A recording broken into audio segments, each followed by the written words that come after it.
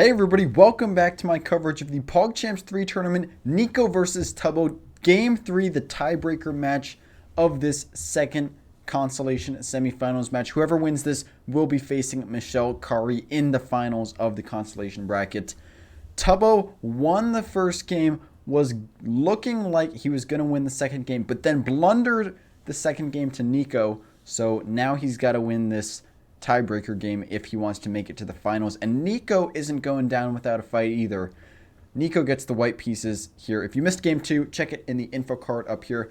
I'm not actually exactly sure how they determined that Neeko should get the white pieces. It's supposed to be based off of seeding, but both of these players finished third in their group in the group stage, and so I'm not exactly sure how the seeding worked here, but Neeko has the white pieces, and let's see what happens. We have C4 already deviating from the first game. Neeko, when she was white in game 1, started off with G3, and I think this is only the second or third, or maybe even the very first English opening that we've seen out of all of PogChamps. So yeah, this C4 opening is called the English. And let's see what happens. We have E5 and knight to C3. By the way, who do I think is the favorite to win this tiebreaker? Well, Neeko has consistently played very, very fast. She's basically blitzed out all of her moves in all of her games in PogChamps, something we haven't seen from any other competitor. So I think she definitely has the speed.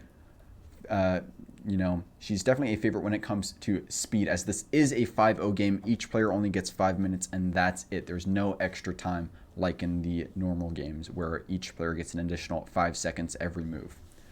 So yeah, I think she is the favorite in terms of that. And since I think in terms of playing skill, these players are fairly equal, I think Neeko is the favorite to win this tiebreaker, but Tubbo could also totally win this, especially if he manages his time correctly. So let's just find out.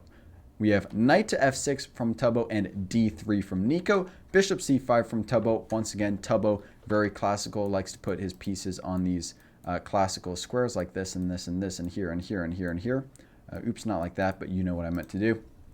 We have e3 and knight to c3 from Tubbo, g3 now from Neeko. Neeko likes to fianchetto this kingside bishop, and d6 from Tubbo. We have f4 from Neeko now, and this is just an incredibly weakening move. Neeko spending way too much time pushing pawns. She's made 1, 2, 3, 4, 5 pawn moves in the first 6 moves. Gotta develop those pieces. You can't just be making pawn moves. And also, this is just incredibly weakening to your king side, so this king is not going to be safe, or it's going to be very hard. You've already pushed your queenside pawns and your kingside pawns, so the king will have a very hard time finding safety. Tubbo looking like a great start for Tubbo so far. We have castles from Tubbo and b3 now from Neeko, continuing to push those pawns. And here is Tubbo. You got to punish Neeko for not developing. You got to open up this position with e takes f4, get your rook to the open file, and start attacking Neeko. Punish her for not developing her pieces. But instead, we have bishop to f5 from Tubbo and bishop b2 from Neeko. And this hangs the e3 pawn here. So Tubbo should definitely take this. But Tubbo doesn't see this. He plays rook to e8 instead. And we have now e4 from Neeko, saving this pawn and also attacking this bishop. Here is Tubbo. You can actually take this f pawn and once again try to open things up. You actually defend your bishop because now the pawn is pinned to the king, so the pawn can't take your bishop. So Tubbo could have gone for this, but instead we have bishop g4. Tubbo just makes the natural move, saves his bishop, gains a tempo on the queen, and we have knight to f3 from Neeko. Bishop d4 now from Tubbo. Better would have been, once again, you just got to open things up. White's king is still in the center. White's king is not going to have any safety. This bishop prevents White from castling kingside, and White could castle queenside, but they still got to develop their queen first, and this pin could be annoying. So yeah, you just want to open things up here as Tubbo when your opponent's king safety is not very good. But we don't have this e takes f4 move. Instead, we have bishop d4 and rook to b1. Neeko now defends this bishop. Better would have been f5, closing things down, not giving Tubbo the chance to open things up. But we have rook b1 instead. Bishop e3 now. Kind of weird to move this bishop twice in a row. But, it is Tubbo decides to do this.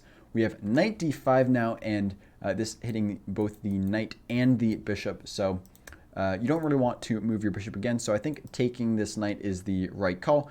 But Tubbo doesn't take this knight. He plays rook to c8, defending this c-pawn, which was already defended by the queen, so you didn't need to defend it again. Yeah, this rook c8 move just doesn't do anything at all, except hang this bishop here on e3. So will Neeko take it? No, she doesn't. She takes the knight on f6 instead, which, yeah, this free bishop would have been better than trading this knight after queen takes f6. But, you know, you can't see every hanging piece. So we'll just see how the game continues. We have bishop g2 and now knight d4. And here as white, I think a good plan is to play f5 and look to play bishop c1 to trade off this dark square bishop, which is going to be really, this is a really annoying piece to face as white. So you want to trade it off here and maybe then you can get castled. So I think this would have been a good plan from Neeko. Tubbo can try to play this really tricky move, d5, a pawn sacrifice to try to open things up, and after c cross d5, c6 to try to open things up and get an attack going, not allowing you to play bishop c1 or castle, trying to prevent you from doing that as white. But this is kind of a tricky move, so I think this would have been a good practical plan here as Neeko. But we don't see this f5 move. Instead, we see bishop takes d4, and now after e takes d4, this bishop is never going anywhere, and it's just a monster piece. So Tubbo definitely doing very well here, and let's see how this game continues. We have h3 from Neeko, kicking this bishop away, and I really like this move from Neeko, just breaking this pin here. And if the bishop goes back to h5, I believe it gets trapped. I don't think there's anything black can do. So if black wants to hold on to this bishop, they have to bring it back to d7, probably would be the best square for it. So here, black takes, Tubbo takes this knight, which I think is very fine. We have queen takes f3, and, you know, once again, this bishop, if you want to get rid of this bishop, you're going to have to sacrifice a rook for it somehow. So this bishop, a monster piece. Black still doing very well here. But yeah, I think here is black, the plan is still going to be you want to open things up, as this king is still not very safe at all in the center of the board, and your king is very safe behind your kingside pawns here. So yeah, try to open things up. I think you can do that here with d5, a pawn sacrifice, and after c takes d5, you could go for c6, try to open up the c file. I think that's a good plan here as black, but we have g6 instead from Tubbo. Not really doing a lot, but maybe Tubbo just didn't know what to do here. And by the way, the time situation, Neeko is up 1 minute here. So Neeko is up on the clock, but Tubbo is up on the board. So this game could still go either way. We have g4 now from Neeko, and this hangs the f4 pawn, unfortunately, which Tubbo takes. Queen takes f4, and after queen takes f4, bishop takes f4. We now have a3 from Neeko. Not sure what this is doing, but maybe Neeko has something planned. We have c5 now from Tubbo, and b4 from Neeko. C takes b4, a takes b4, and rook to b8. I think b5, once again, you just want to open up this c file. It doesn't matter if you're losing this pawn here. I think b5 would have been a fantastic move from Tubbo, but you know, these pawn sacrifices are hard to see, and a lot of beginners are materialistic. So we have rook to b8 instead. b5 now from Neeko, and b6 from Tubbo. And I think this b6, it makes drawing very easy, because now white will have to sacrifice at least a pawn to activate this bishop with a move like e5 if they want to activate their bishop, as all of their pawns are in light squares, and this bishop cannot do anything behind these pawns here. So I think this makes drawing very easy, and maybe, you know, if Tubbo gets a draw, he can play again. He can try again with the white pieces, and he might have better chances with that. So yeah, and once again, you know, you don't want to give up a pawn here as white. I think it'd just be losing. And not to mention the fact that I already said this once earlier in this video, but beginners are very materialistic, so they probably wouldn't want to go for this anyway. But, you know, despite that fact, I think it's losing anyway. I think you just can't afford to give up a pawn, and it would be a very easy draw for black. Black would probably have some winning chances. They could fight for a win, but black would definitely be the one fighting for a win here. So I think this is good. We have rook to f1 now, and here you can lock up the draw with a move like g5, but we have bishop g3 check instead, so maybe Tubbo wants something more. We have king to e2 and a5 now, and this is a blunder from Tubbo because if Neeko remembers the en passant rule, she can simply win a pawn with b takes a6, and this would be very good for Neeko. However, I don't know if Neeko forgot about this en passant move, but we have e5 instead, and this is a terrible blunder because it simply hangs a pawn. So maybe Neeko going for that pawn sacrifice to try to open up this bishop.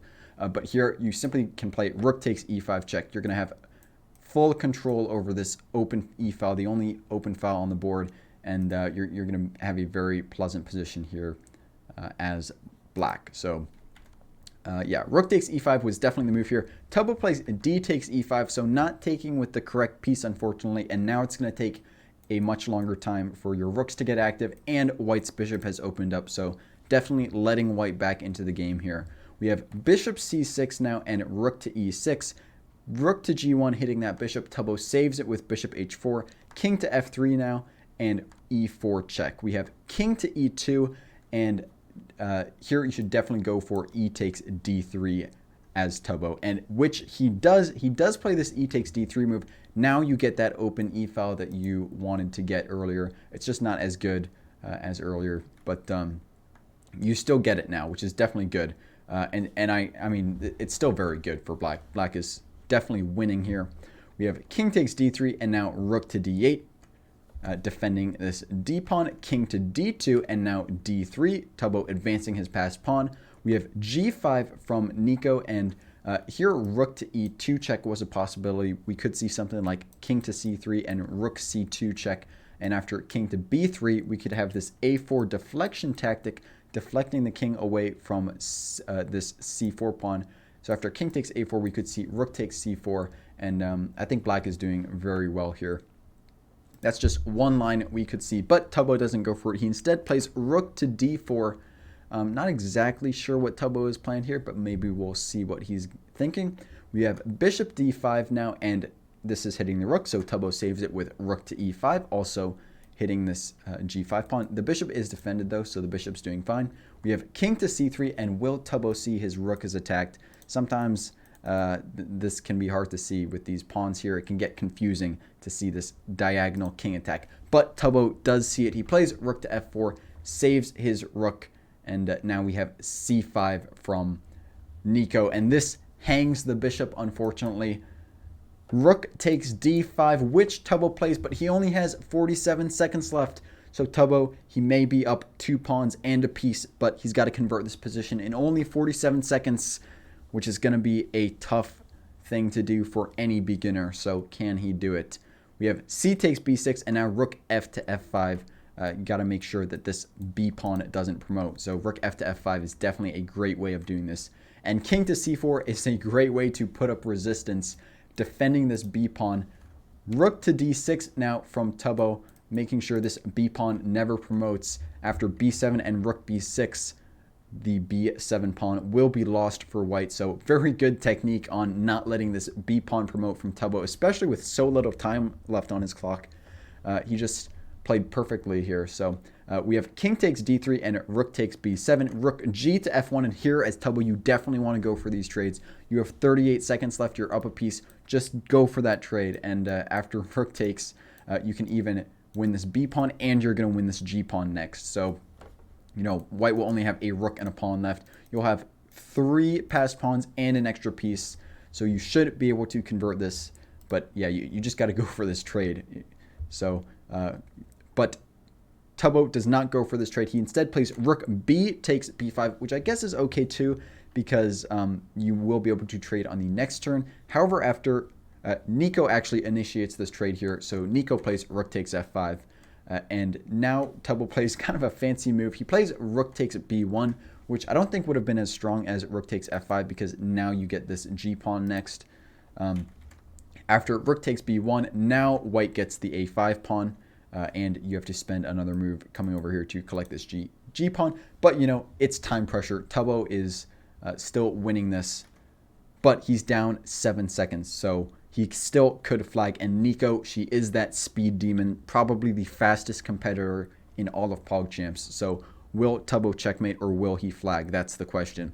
We have rook d1 check, And once again, this rook g1 move, picking up this g pawn, definitely would have been the way to go. Also, a possibility, rook b3, a skewer on this h pawn. Either would have been better than this rook d1 check, but it is played on the board. Rook d1 check, king c2, and now rook e1 check. We have rook a8 check. Luckily, there's no back rank as the king does have the g7 square. So king g7 is played, king to d2, and now we have a time scramble. Who can make the moves faster? That's the question. Rook to e7, king to c3, bishop g3, king d3, bishop f4, king d4, bishop takes g5. Tubbo picks up that pawn, but he's got 14 seconds left. King d5 and king f6, king d6 and bishop f4 check, king d5 and bishop g5, king d6 and rook e6 check, king d5 and bishop f4, king c5 and rook e5 check, king c3, king c6, bishop e3, king d7 and rook to e4. Time is ticking down. Tubbo, only 6 seconds left. Here, you've got to go after this pawn and go for the rook trade. And then if you time out, at least it's a draw by insufficient material. You could even get really tricky with some dirty moves like rook to a4 if you're desperate and hope that white moves the king again and you can eat that rook. But yeah, if you capture white's last 2 pieces, then even if you time out, you still get that draw and it would be a rematch. So I think that's what you've got to go here as Tubbo. You just don't have enough time to checkmate anymore, and you're down way too much material, or you're down way too much on the clock, so you're not going to be able to flag Neeko. But Tubbo keeps trying to flag Neeko. It can be hard to think in these time pressure situations too. We have rook d4 and king c6, bishop d2 and king b6, rook d3 and king c7, bishop e3, king c6, bishop f4, king c5, bishop g5, king b3, rook to e3, 1.5 seconds left for Tubbo. King b4, rook f3, king c4, rook f4 check, king c3, rook f3 check, king c4, and here Tubbo flagged, unfortunately. Neeko had 10 seconds left, and so Tubbo loses. Neeko takes the tiebreaker game in a wild turn of events. You know, you would never have thought Neeko could have won this match at the beginning of that game too, when Tubbo was just completely dominating during the opening. So Neeko takes this match, though. She will be playing Michelle Khare in the finals. Here are those standings for you. And yeah, I honestly don't know who the favorite is in this finals game. Probably Michelle, but you know, Neeko has definitely surprised us in this tournament so far. So yeah, Tubbo played it pretty well. Neeko played pretty well. Just the main thing in this consolation bracket is working on the tactics. But Tubbo's opening game is incredible. Neeko could definitely get better with some of those opening principles. But yeah, it just takes a lot of work to get good at this game. But yeah, I hope Tubbo keeps playing chess, and we'll see if Neeko performs well. We'll see how she fares against Michelle Khare in that finals game. I don't think I have anything else to say about this game. So we got 2 PogChamps matches left, the Consolation Finals and the Championship Finals. Michelle Khare versus Neeko, and Sardoche versus Rain Wilson in the Championship. So looking forward to those tomorrow, February 28th, 2021, and we'll see how things go. I don't think I have anything else to say about this game or this match, so thank you for watching. Love you guys. Make sure to like and subscribe. I'll see you next time.